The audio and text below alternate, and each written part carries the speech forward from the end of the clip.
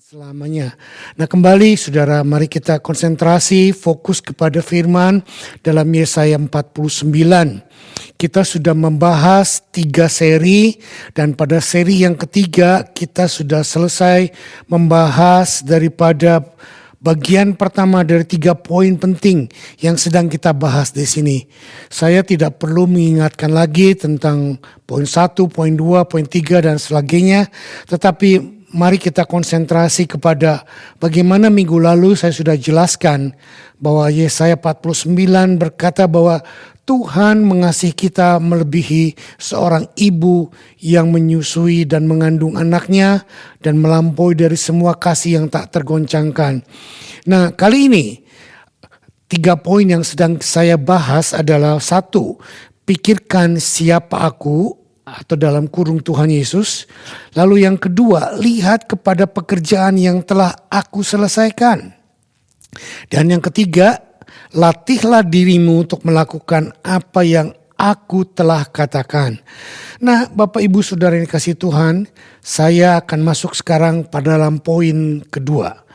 Lihat kepada apa yang sudah aku selesaikan. Kalau saudara mau tambahkan dalam tanda kurung di atas salib, di atas kayu salib. Apa yang Tuhan sudah lakukan? Apa yang Dia lakukan? Poin pertama dalam ayat yang ke-16 adalah apa yang Dia sudah lakukan. Lihat, aku telah mengukir namamu di telapak tanganku. Kita buka sekarang Yesaya 49 ayat yang ke-16. Di sana dikatakan dalam bahasa Inggris dalam ESV saya katakan, behold, I have engraved you on the palm of my hands. Your wall are continuously before me. Saudara, pernyataan ini yang disampaikan oleh Nabi Yesaya adalah sebetulnya diilhamkan oleh Roh Kudus, oleh firman yang menyatakan apa yang Tuhan kerjakan bagi bangsa Israel. Dan juga tentu termasuk apa yang Tuhan kerjakan buat kita. Ini adalah jawaban untuk apa yang saya katakan bahwa bagaimana mungkin dalam keadaan yang belum berubah, bangsa Israel masih dalam keadaan terpuruk, masih dalam keadaan jajahan Babilonia, tembok-temboknya masih hancur, tetapi Tuhan berkata, aku tidak meninggalkanmu. Bagaimana mungkin kami bisa dikasihi oleh Tuhan kalau keadaan kami dalam keadaan seperti ini? Same thing, mungkin kita bisa bawa pengertian rohaninya. Bagaimana mungkin Tuhan mengasihi aku kalau keluargaku kena COVID, kalau bisnisku kena dampak yang hancur, kalau rumah tanggaku sekarang tercerai-berai, anakku ada yang meninggal, dan lain sebagainya. Saudara, beberapa dari kita mungkin, banyak mungkin dari kita yang sudah melampaui keadaan yang sangat buruk. Dan mungkin saudara meragukan kasih Tuhan. That's okay. Mari kita membahasnya sekarang bahwa apa yang terjadi pada kita bisa karena kesalahan kita, bisa juga karena disiplin Tuhan untuk membuat kita menjadi lebih dan lebih dan lebih lagi menjadi seperti Dia. Dan kita tahu bahwa Tuhan pun bisa marah. Bukan dalam perjanjian lama saja, dalam perjanjian baru Yesus pun marah di dalam bait Allah. Dia menjungkir balikan penjual-penjual uang, burung merpati dan lain sebagainya.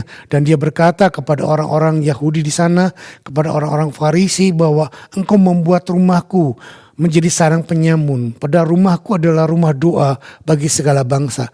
Bapa bisa marah, Tuhan bisa marah. Tapi saudara ingat, kemarahan Tuhan bukan murka untuk membinasakan. Tidak.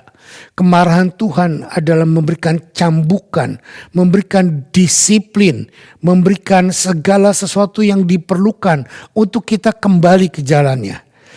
Dia berkata, aku memiliki mata yang sangat tajam dan sangat murni dan lebih akurat daripada mata orang lain manapun, dan aku sangat bisa melihat kedurhakaan dan kejahatan dimanapun kamu lakukan. Tetapi di dalam ayat 49 ini, dalam Yesaya 49 ayat 16 ini, kita melihat sesuatu yang berbeda. Dari ayat yang dikatakan tadi, behold, I have engraved you in the palm of my hand. Aku sudah mengukir namamu di telapak tanganku. Di sini dengan kata lain, Yesaya mengukiskan kepada kita bahwa kemurnianku, kepribadianku telah membuat aku menjadi seorang yang lebih kuat, yang didorong oleh naturalku untuk mencintaimu, melebihi seorang ibu yang mengasihi baby yang dikandung dan disusuinya. Saudara, bagaimana mungkin hal itu bisa terjadi sementara keadaan masih dalam keadaan buruk? Inilah sebabnya. Di sini letak jawabannya. Mari kita pelajari ayat-ayat ini dengan lebih seksama. Dan Yesaya 49 ayat ke-16 berkata, ayat yang ke-16 berkata, lihat kepada pekerjaan yang telah aku lakukan. Lihat, aku telah mengukir engkau di telapak tanganku. Nah, mari kita jabarkan apa artinya itu. Kalimat di atas yang kita sudah baca, kita bagi menjadi dua bagian. Kata mengukir dan telapak tangan. Sekali lagi saya ulang. Aku telah mengukir engkau di telapak tanganku. Mari kita bagi dua dengan kata mengukir dan telapak tangan. Pertama, mari kita jelaskan kata mengukir. Pengertian ini bisa digunakan sebagai kata-kata yang baik untuk sebuah yang banyak orang berkata tato. Tetapi pengertian dari kalimat ini tidak mengatakan, saya yakin banget itu, untuk sebuah tato. Perkataan atau kalimat ini tidak dikatakan digambar atau ditulis, tetapi diukir atau mengukir. Nah, mari kita jabarkan lebih dalam apa itu artinya kata mengukir. Untuk mengukir berarti diperlukan menggunakan alat-alat yang tajam dan keras seperti palu dan pahat, dan diketokkan atau dipaksakan kepada benda-benda keras seperti kayu, batu, tembok dan lain sebagainya. Nah, kedengarannya aneh kan? Mengapa Tuhan mengukir di telapak tangannya? Mari kita lihat. Kata mengukir itu bisa berarti permanen. Sesuatu yang diukir tidak akan bisa luntur. Sesuatu yang diukir tidak akan bisa mudah dihilangkan. Dan kata diukir itu berarti tertera dalam dan tidak bisa dihapuskan. Ukiran sangat-sangat masuk ke dalam. Saya tinggal di Bali, saya sangat akrab dengan yang namanya kesenian mengukir. Dan terlalu banyak orang-orang Bali yang pandai mengukir. Nah, pandai mengukir mungkin pertama digambar, tapi setelah itu mereka memerlukan pahat dan palu. Pada waktu Anda meletakkan sesuatu di telapak tangan Anda, dan itu bisa dengan hilang sangat mudah kalau cuma digambar atau ditulis. Atau hilang dengan kegaruk-garuk, dengan dicuci, dengan diusap-usap dan lain sebagainya.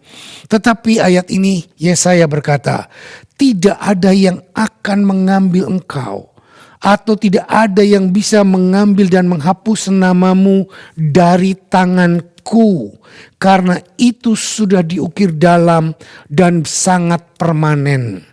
Di sini sangat berarti Tuhan telah mengukir nama kita di telapak tangannya secara permanen atau abadi.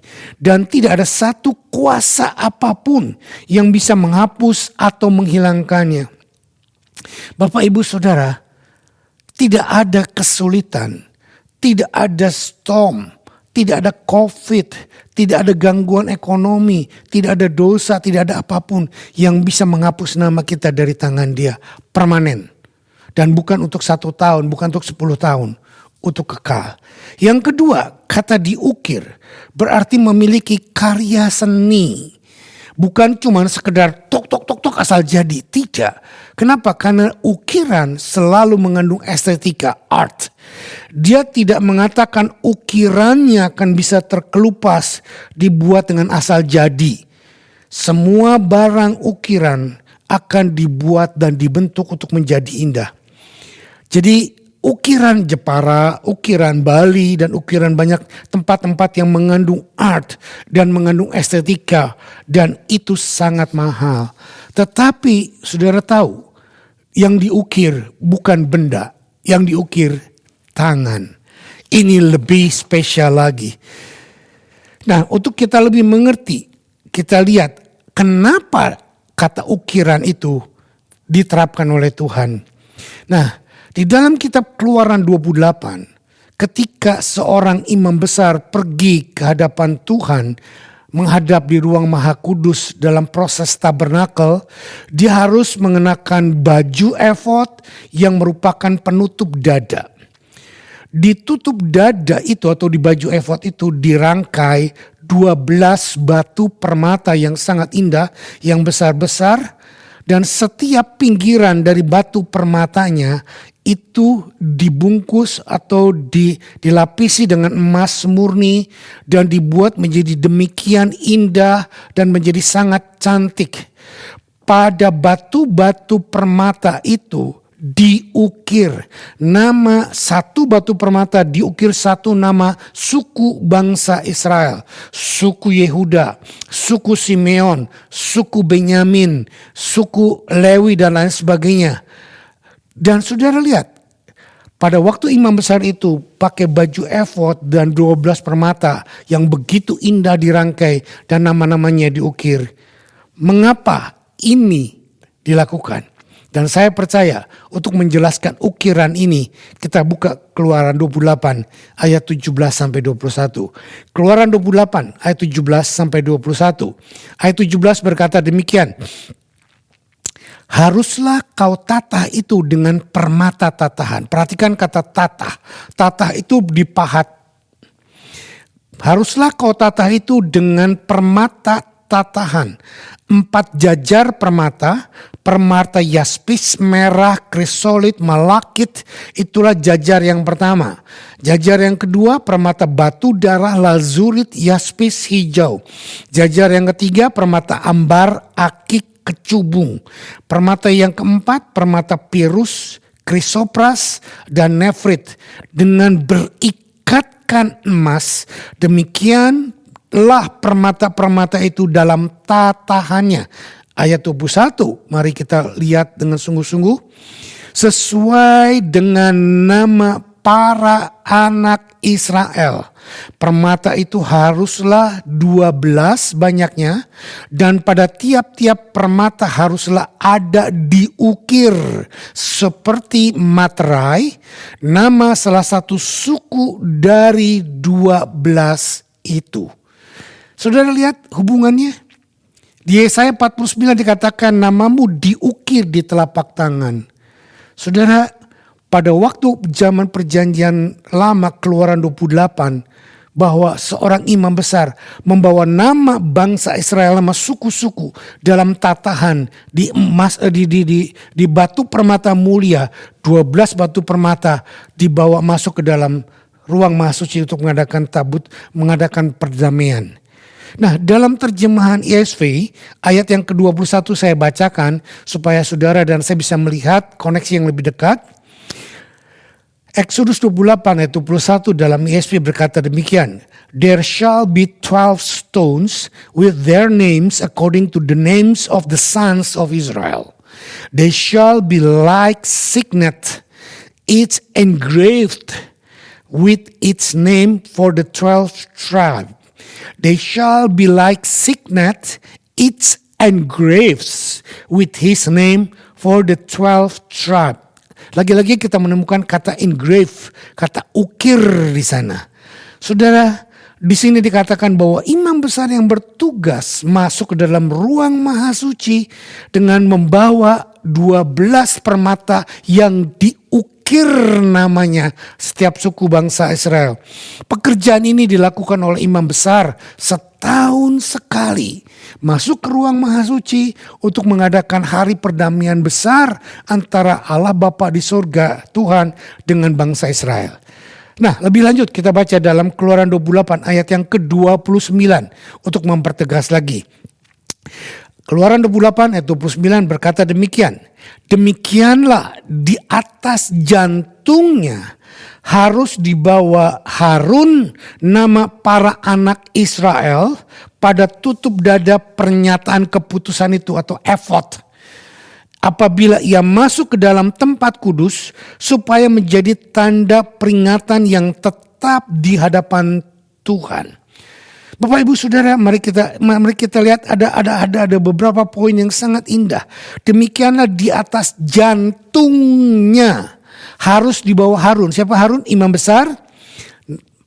Setiap nama suku bangsa Israel dalam tatahannya. Dan itu menjadi satu tanda peringatan di hadapan Tuhan. Peringatan yang tetap. Nah, untuk lebih menjelaskan, saya baca juga dalam ESV. ESV berkata demikian. So Aaron shall bear the names of the sons of Israel in the breastpiece of judgment of his heart when he goes into the holy place to bring them to regular remembrance before the Lord. Regular remembrance. Peringatan yang tetap atau peringatan yang tidak akan bisa hilang. Regular yang terus berulang dilakukan dan diingatkan dan ada di atas jantung. Nah, Bapak Ibu Saudara lihat. Keluaran 28 ini mengatakan bagaimana imam besar melakukan tugas pendamaian itu. Seperti yang saya sudah jelaskan tadi. Pada waktu dia melakukannya, maka dia membawa bangsa Israel semuanya kepada Tuhan. Nah, demikian juga dengan Tuhan Yesus. Pada waktu Tuhan Yesus Kristus naik ke atas kayu salib, dia membawa namamu, dia membawa namaku, dia membawa nama Samuel, nama Joni, Yosia, nama saudara semuanya. Dia bawa naik ke atas dan di dekat jantungnya dia taruh dalam ikatan permata yang indah. Dengan kata lain, Tuhan tidak pernah berhenti untuk memikirkan dan mengasihi kita. Karena akan menjadi satu peringatan yang tetap, yang reguler, terus menerus sampai selama-lamanya. Inilah satu keadaan yang membuat kita seharusnya sadar, mengerti bahwa Tuhan tidak mungkin meninggalkan kita. Dan inilah keadaan yang tidak bisa diberikan oleh agama atau keyakinan lain. Ini bahkan kebanyakan dari kita pun belum bisa mengerti dengan benar. Karena kekristenan banyak tidak mendidik dan tidak mengajar pengertian ini dengan benar. Saudara, ini adalah pernyataan yang mencengangkan antara hubungan intim Tuhan dengan kita. Dia mati naik ke kayu salib dengan membawa namaku, namamu, dan ditaruh di denyut jantungnya. Dan ditias dengan begitu indah untuk menjadi peringatan yang abadi.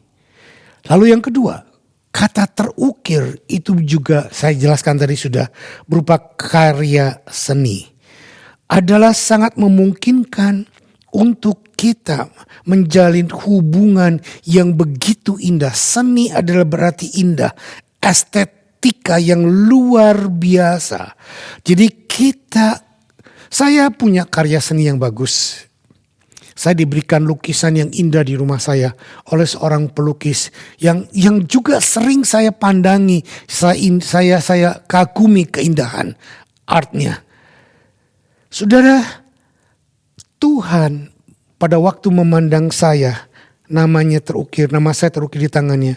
Dia tersenyum dan dia berkata, wow, indah sekali namamu, indah sekali kehidupanmu Samuel. Sudah tahu yang membuat indah? Bukan saya, bukan puasa saya, bukan perpuluhan saya, bukan doa saya, tapi perbuatan dia yang mengukirkan menjadi indah. Dia membuat hidup saya jadi indah. Dia mengatakan dengan kata lain, Samuel, aku sangat bersedia untuk menjalin hubungan dengan kamu dalam segala aspek kehidupanmu. Dan aku sudah membuat satu posisi perhiasan yang sudah aku atur sangat indah. Aku meletakkannya dekat jantung hatiku, sehingga engkau tahu dan mengalami satu keindahan yang sangat luar biasa ketika aku melihat engkau. Maka engkau sedang memiliki satu pengalaman estetika yang indah dan luar biasa. Dan itulah pengalaman yang sangat nyata dan real sesungguhnya terjadi dalam hidup setiap anak-anak Tuhan. Bapak Ibu yang saudara lihat hubungannya? Ketika seorang ibu menyusui anak yang dikandungnya dan sangat menarik dan sangat memikat dia, ibu itu sangat memuja bayinya. Saya sudah katakan minggu lalu, bagaimana gak peduli penampilan baby itu, hitam kah, coklat kah, putih kah, merah kah, rambutnya lebat kah, rambutnya jarang kah, hidungnya mancung ke dalam atau mancung ke atas, itu tidak berdampak apapun. Karena semuanya Tuhan sudah letakkan menjadi indah dekat jantungnya. Dengan kata lain, Tuhan mau berkata di sini, aku mau menjalin hubungan yang sangat intim dengan engkau. Sehingga ketika aku melihat engkau dan ketika engkau memandang aku terpesona dengan keadaanmu. Aku terpesona dengan struktur tubuhmu dan kehidupanmu. Aku tidak bisa mendapatkan yang lebih baik daripada engkau. Aku hampir tidak bisa mengungkapkan kegembiraanku kalau tanpa engkau bersamaku. Aku sendiri tidak bisa mengerti. Aku hampir tidak percaya. Aku hanya tertarik kepadamu. Dan semua nama-namamu terukir di dadaku dan terus hidup di denyut jantungku untuk menjadi peringatan abadi buat aku dan buat kau. Saudara, garis bawahi, buat Tuhan itu pasti abadi. Karena dia abadi. Buat kita, kadang-kadang kita harus menekankan bahwa kasih Tuhan itu abadi buat kita. Nah, kita kembali ke kata terukir tadi. Itu adalah pengalaman seperti saya sudah katakan tadi. Pengalaman estetis yang sangat perlu kita hayati lebih dalam. Kita sangat mungkin untuk berada dalam hubungan dengan Tuhan yang sangat intim, sangat indah, dan sangat dalam.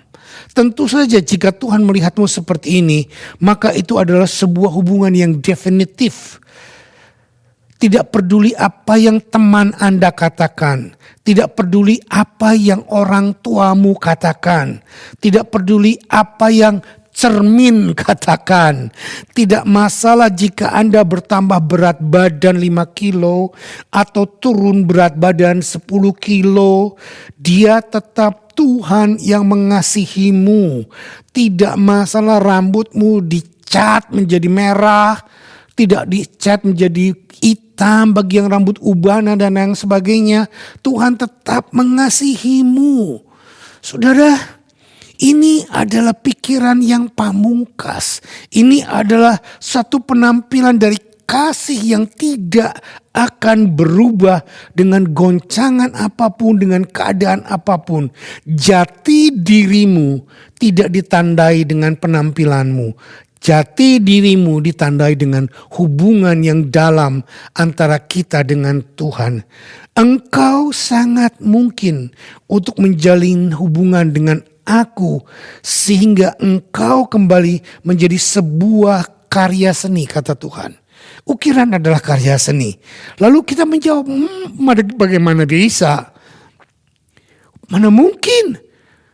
Aku sudah tercampak, aku berdosa, aku kotor, aku najis. Bagaimana mungkin aku bisa pulih kembali? Di sini letak jawabannya. Jika Anda kembali ke Keluaran 28 tadi, itu hampir sepenuhnya bisa dijelaskan. Hampir sepenuhnya tidak bisa dijelaskan dengan pengertian akal sehat manusia. Bagaimana mungkin kita bisa begitu sangat berarti dan indah di mata Tuhan?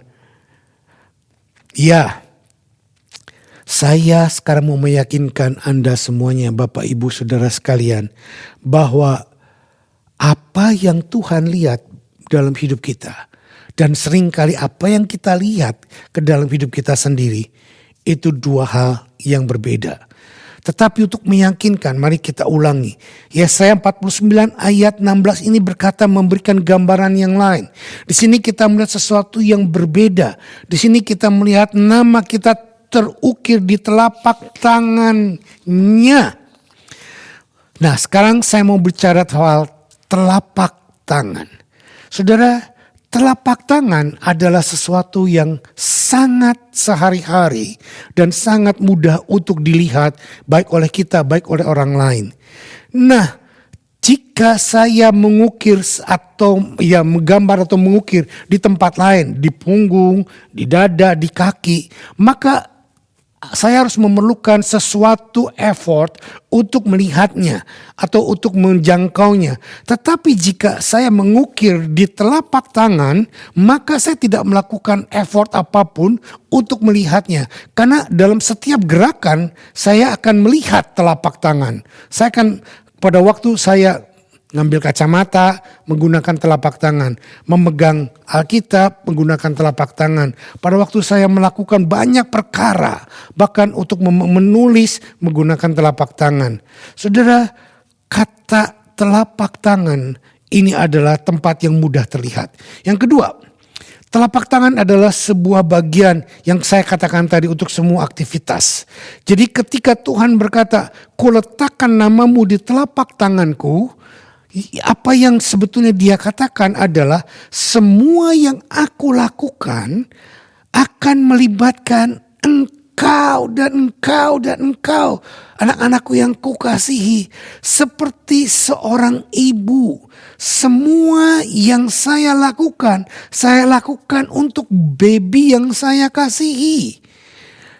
Tidak peduli apa yang terjadi. Tuhan melakukan penebusan untuk kita. Tuhan melakukan anugerah buat kita. Tuhan melakukan mujizat buat kita. Tuhan melimpahkan semuanya buat kita. Karena kita dilibatkan di telapak tangan dan dekat jantungnya.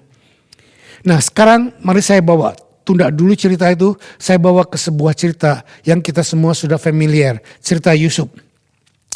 Saudara-saudara, Yusuf dan saudara-saudaranya terjadi insiden. Saudara-saudaranya Yusuf menangkapnya dan melemparkannya ke dalam lubang sumur.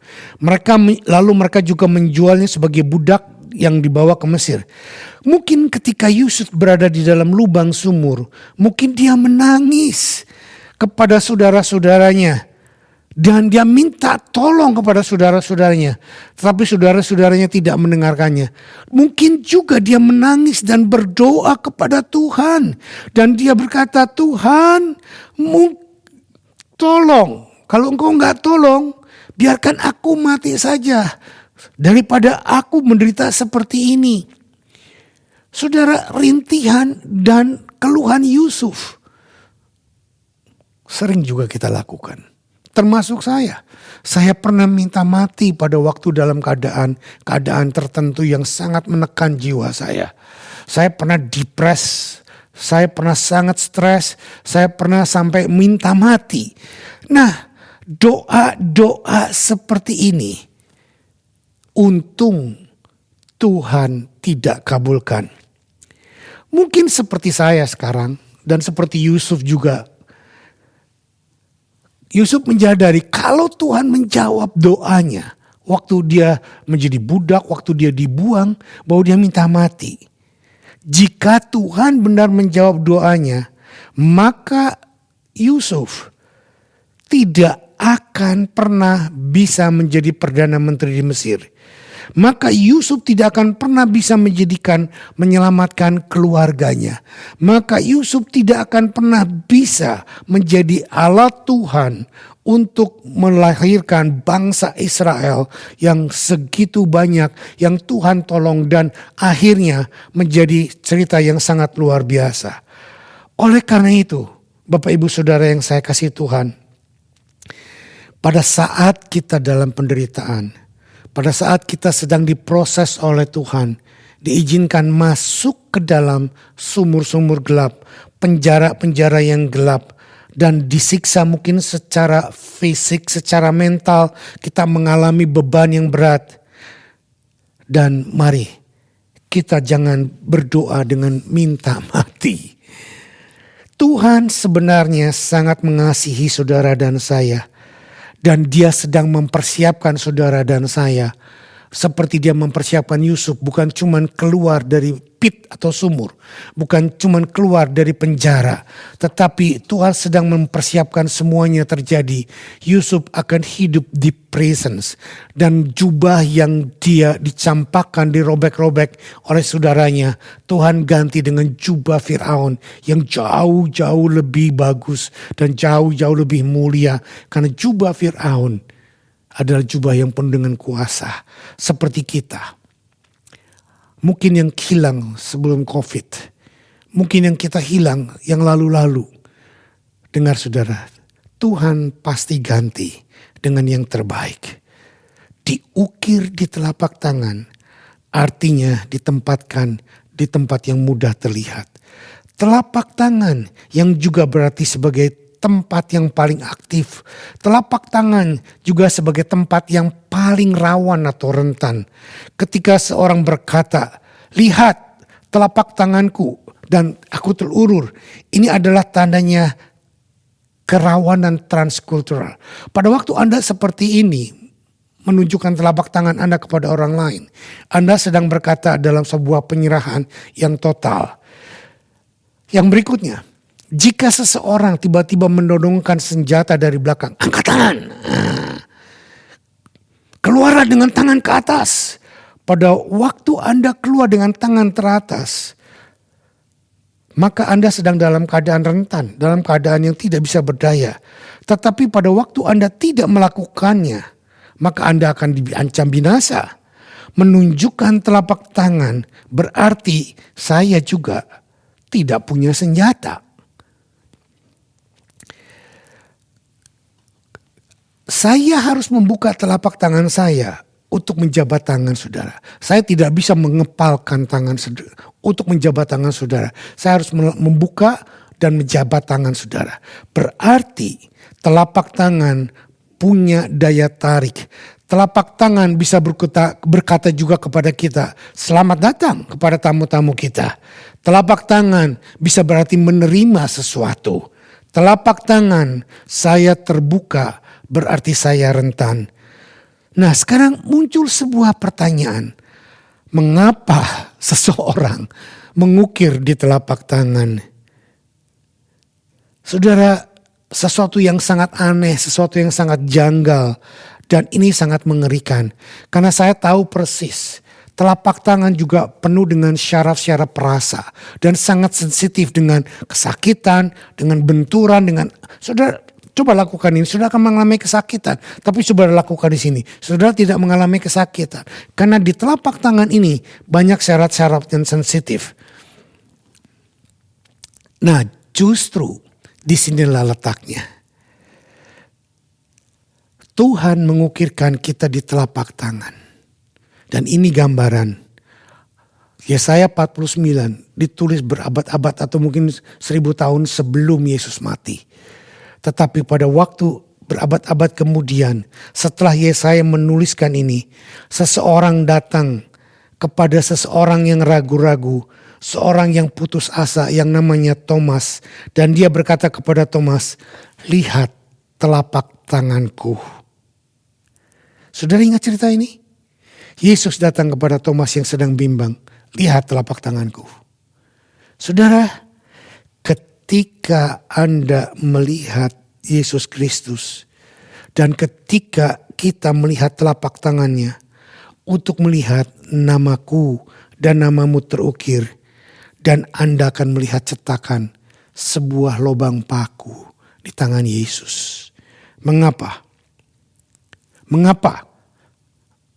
Inilah alasannya kenapa hidup kita yang hancur karena dosa, yang hancur karena kerusakan moral, yang hancur karena kriminal, yang hancur karena penyakit, yang hancur karena apapun. Tuhan bilang, Dengan ukiran di telapak tanganku, dengan lubang paku di telapak tanganku, aku membuat engkau kembali menjadi indah. Penderitaan Yesus dengan lubang paku di telapak tangannya adalah alat yang dipakai Tuhan untuk membuat ukiran yang indah supaya nama kita bisa dibawa untuk selamanya. Lihat apa yang telah saya lakukan di atas kayu salib, kata Yesus. Lihatlah penderitaanku. Lihat bagaimana aku membayar semuanya. Lihat bagaimana aku telah berkorban untukmu. Saudara, apakah saudara mengerti apa artinya itu? Selama bertahun-tahun ketika saya mendengar bahwa Yesus Kristus adalah imam besar kita. Dan saudara bisa baca ini di dalam Ibrani pasal yang ke-7. Bahwa Yesus Kristus adalah imam yang rajani, imam Melkisedek yang tidak berbapa, tidak beribu. Dan dia adalah imam besar kita yang membawa dosa, yang menebus dosa kita, yang membawa darahnya sendiri sekali untuk selamanya. Yesus Kristus membawa darahnya di hadapan Bapa di sorga, di hadapan tahta Allah. Dan dia menunjukkan luka-luka di tubuhnya. Dan dia bersyafaat bagi kita. Ketika saya pertama kali tahu hal ini, saya menggigil dan saya menangis. Saya bilang, Tuhan sungguh Engkau luar biasa. Saudara, nah itulah yang Yesus lakukan bagi kita. Dan itu sangat menghibur saya. Sangat menguatkan saya. Karena saudara, saya berkali-kali jatuh dalam dosa yang sama.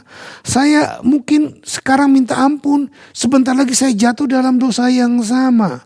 Dan saya bisa terus gagal dalam hal-hal yang berulang kali. Dan dalam setiap hari mungkin kita semua melakukan kegagalan dan kesalahan. Tetapi Yesus akan terus mencintai kita. Terus akan berdoa bagi kita. Dan terus akan melakukan penebusan bagi kita. Pada waktu Yesus melakukan itu, saya melihat dia naik ke hadapan Bapa di sorgawi. Dan dia berkata kepada Bapa sorgawi, Bapa, lihatlah anakku Samuel. Dia memang salah. Dia memang jatuh dalam dosa. Dia memang tergelincir. Dia memang salah. Dia memang berdosa. Tapi aku sudah menebusnya. Ampunilah dia, bukan karena dia, karena aku. Saudara lihat, Tuhan sedang berkata kepada Bapa di sorga bersyafaat. Lalu Bapa di sorga akan berkata, baiklah, demi engkau aku ampuni Samuel. Ketika Yesus berdiri di hadapan Bapa sekarang ini, dia berdoa syafaat. Dia tidak merengek, tolong Bapak, kasihani Samuel, tolong Bapak. Tidak demikian. Tetapi dia berkata, ya Bapa, kasihilah mereka saudara-saudaraku. Saudara, dia berkata, saudara tahukah itu apa artinya? Dia tidak memohon belas kasihan, dia tidak merengek. Tetapi yang Tuhan lakukan adalah, Bapa, aku menuntut keadilan. Yesus Kristus berkata sekarang ini kepada Bapa di sorga, ya Bapa yang adil, hukummu ya Allah, menurut kematian, hukummu ya Allah ya Bapa, menuntut kematian karena dosa. Sebuah dosa harus dibayar dengan kematian. Dan aku telah membayar semua hutang dosa Samuel dengan kematianku. Samuel sudah percaya kepadaku. Hutang Samuel sudah lunas aku bayar. Oleh karena itu, engkau ya Bapa, engkau ya Bapa menuntut untuk menghukum mereka. Kalau engkau ya Bapa menuntut untuk dapat menghukum mereka, maka engkau akan mendapatkan 2 kali pembayaran. Dan itu tidak adil. Karena itu ya Bapa, demi semua kekudusanmu, demi semua keadilanmu, bukan hanya belas kasihanmu, bukan hanya cintamu, tetapi demi semua kekudusanmu, semua keadilanmu, sifat naturalmu, ya aku meminta agar engkau melihatnya sebagai suatu keadilan yang indah. Tuhan Yesus meminta kepada Bapa keadilan. Kenapa? Karena Bapa bilang semua dosa harus dihukum mati. Yesus berkata kepada Bapa, aku sudah mati. Akulah yang sudah membayar dosanya. Saudara, setiap agama lain akan berkata ketika manusia mau berhubungan dengan keadilan Tuhan, dengan kekudusan Tuhan, itu berarti kita melihat satu ruangan, ada satu set neraca timbangan yang diatur. Dan ada orang-orang yang memegang timbangan itu tidak memihak dengan ditutup matanya, dengan ditutup kerudung, sehingga mana yang baik, mana yang buruk, siapa dia tidak memandang. Tetapi setiap orang yang masuk ke ruangan itu akan ditimbang mana perbuatan baik, mana perbuatan buruk. Kalau perbuatan baik dan perbuatan buruk mereka tidak mungkin seimbang. Pasti ada yang lebih buruk. Pasti yang buruk pasti lebih baik, lebih banyak. Sehingga mereka tidak layak untuk mendapat kasih karunia. Sehingga banyak agama yang lain berkata, kamu harus berbuat ini, kamu harus berbuat itu, dan kamu harus beramal begini, kamu harus beramal begitu, kamu harus melakukan ini, harus melakukan itu. Tetapi gospel, Jesus Christ berkata yang berbeda. Tidak peduli dosamu semerah kirmizi. Tidak peduli dosamu semerah Patma. Aku akan cuci menjadi seperti salju. Aku akan cuci putih seperti bulu domba. Saudara berkata, mana mungkin? Saudara berkata, itu bohong. Mari, kalau saudara tidak percaya, kita buka di dalam 1 Yohanes 1 ayat 9. 1 Yohanes 1 ayat 9 berkata, jika kita mengaku dosa kita, maka ia adalah setia dan adil, sehingga ia akan mengampuni segala dosa kita dan menyucikan kita dari segala kejahatan. Sekali lagi, jika kita mengaku dosa kita, maka ia adalah setia dan adil, sehingga ia akan mengampuni segala dosa kita dan menyucikan kita dari segala kejahatan. Saudara perhatikan, dia berjanji, semua dosamu, seburuk apapun, aku ampuni. Saudara, jika dia berkata, aku mau mengampuni.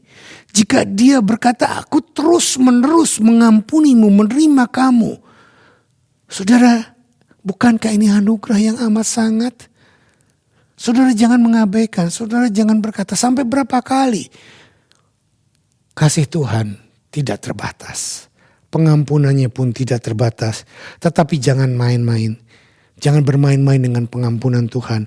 Karena seberapa hebat pun pengampunan Tuhan, batasannya, seperti saya katakan berkali-kali, adalah keadilannya. Kalau kita sudah bertobat dan kita terus-terus melakukan yang sama, tandanya kita belum bertobat. Biarkan saya menjelaskan kepada Anda secara singkat. Kekuatan apa yang bisa membuat kekudusan Tuhan, keadilan Tuhan, kebenaran Tuhan, kehebatan Tuhan dalam menghukum dosa bisa berubah menjadi sesuatu kebaikan, seperti gambaran susu ibu kepada bayinya, seperti jari tangan, seperti telapak tangan yang diukir. Kekuatan seperti apa yang bisa mengubah itu? Hanya sebuah kekuatan salib. Hanya kekuatan salib Tuhan Yesus Kristus. Ketika Yesus tergantung di atas kayu salib, sebelum dia menyerahkan nyawanya kepada Bapa Surgawi, Yesus mengalami sebuah penderitaan yang amat sangat parah dan yang mengerikan, yang tidak mungkin bisa dimengerti oleh semua manusia. Yesus sangat menderita bukan hanya karena tubuhnya dicabik, bukan karena tangannya dipaku, bukan karena kakinya dipaku dan lambungnya ditusuk, bukan karena kepalanya dimahkotai duri saja. Secara fisik emang sangat mengerikan. Tetapi yang jauh lebih mengerikan, Yesus sangat menderita karena semua dosaku, dosamu, dan dosa semua orang di bumi dia pikul di hidupnya dan dia bawa naik ke kayu salib. Dan pada waktu dosa ini memenuhi hidupnya, maka hidup Yesus penuh dengan dosa dan dia berteriak di atas kayu salib. Matius 27 ayat 46 menjelaskan kepada kita dengan demikian. Kira-kira jam 3 petang berserulah Yesus dengan suara nyaring, Eli, Eli, lama sabachthani. Artinya, Allahku, Allahku, mengapa engkau meninggalkan aku? Eli, Eli, lama sabachthani. Saudara, Yesus mengambil semua perbuatan dosa saya dan dosa Anda. Dan dengan sukarela dia naik ke atas kayu salib. Dan pada waktu kerja dia meregang nyawa seperti itu, Bapa memalingkan wajahnya. Inilah yang saya katakan penderitaan yang paling sangat diderita oleh Yesus. Adalah ditinggalkan oleh Sang Bapa. Supaya kita tidak pernah ditinggalkan.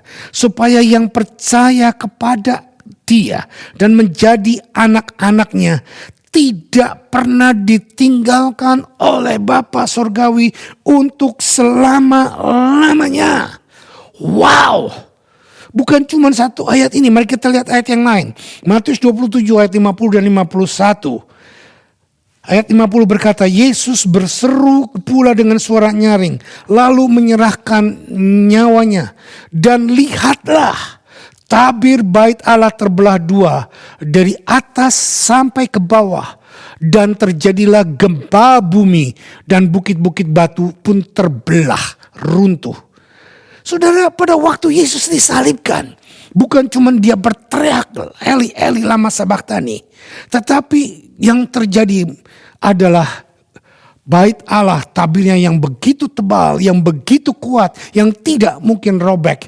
Tetapi terobek bukan dari bawah, tapi terobek dari atas, terbelah dua.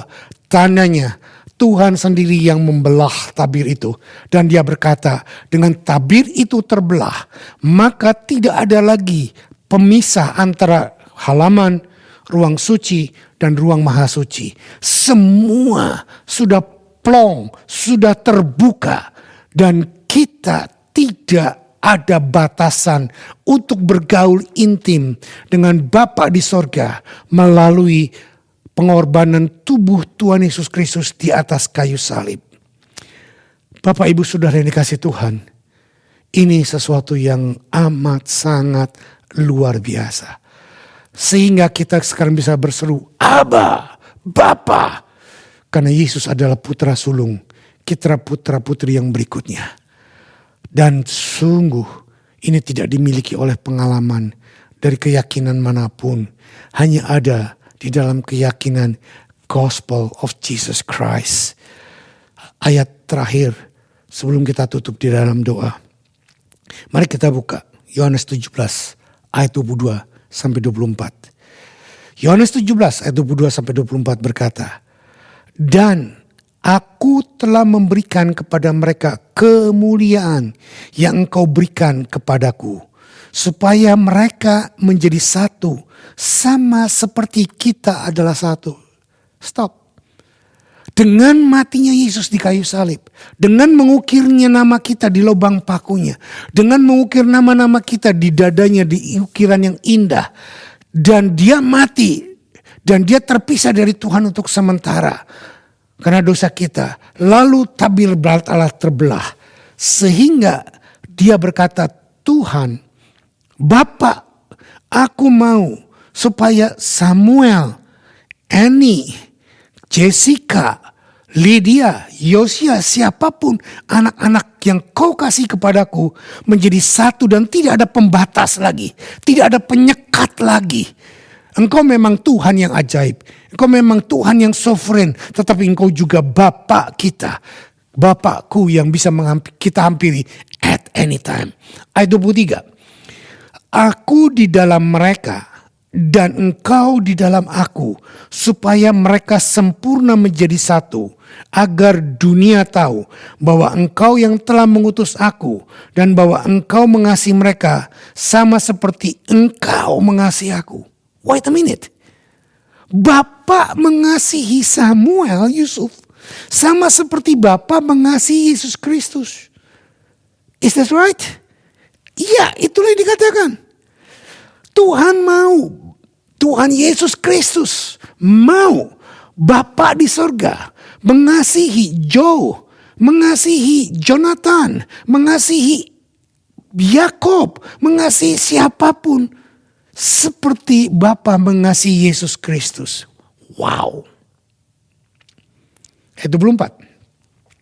Ya Bapa, aku mau supaya dimanapun aku berada, mereka juga berada bersama-sama aku. Mereka yang telah Engkau berikan kepadaku, agar mereka memandang kemuliaanku yang telah Engkau berikan kepadaku, sebab Engkau telah mengasihi aku sebelum dunia dijadikan. Coba renungkan sebentar. Ini doa Yesus kepada Bapa di sorga. Ya Bapa, aku mau supaya dimanapun aku berada, mereka juga berada bersama-sama dengan aku. Saudara lihat, itu sebabnya tabir terbelah. Tuhan Yesus ada di sorga sekarang. Kita pun bersama dengan Dia di dalam alam roh, di dalam God present, bisa mengalami surga di bumi. Yang berikut, mereka yang telah Engkau berikan kepadaku. Saudara, Bapa yang memberikan kita kepada Yesus. Coba jawab pertanyaan saya. Kalau Bapa yang memberikan kepada Yesus, adakah satu kekuatan lain yang bisa mengambil kita dari Yesus? No. Paulus berkata dalam suratannya yang lain, bahwa tidak ada maut, tidak ada malapetaka, tidak ada spirit, tidak ada oknum di atas langit, di bawah bumi, dimanapun. Yang bahkan tidak ada maut, kematian yang bisa memisahkan kita dari Yesus. Karena kita satu selamanya. Agar mereka memandang kemuliaanku yang telah Engkau berikan kepadaku. Bapak, Ibu, Saudara yang dikasihi. Mungkin kita belum melihat kapan pandemi ini akan selesai. Mungkin dampaknya masih kita rasakan. Ekonomi kita, kehidupan kita masih terpengaruh. Tetapi melalui ayat ini, agar mereka memandang kemuliaanku yang telah Engkau berikan kepadaku. Saudara, jangan pandang situasi yang sedang kau lihat, tapi pandang kemuliaan Yesus. Haleluya. Pandang bagaimana Dia sudah memberikan kehidupannya bagi kita. What's a glory. What's a privilege. Sebab Engkau telah mengasihi aku sebelum dunia dijadikan. Bukti dari kasih Tuhan. Salib. Kematian. Yang kita peringati. Mari sekarang ambil perjamuan kudus-Mu.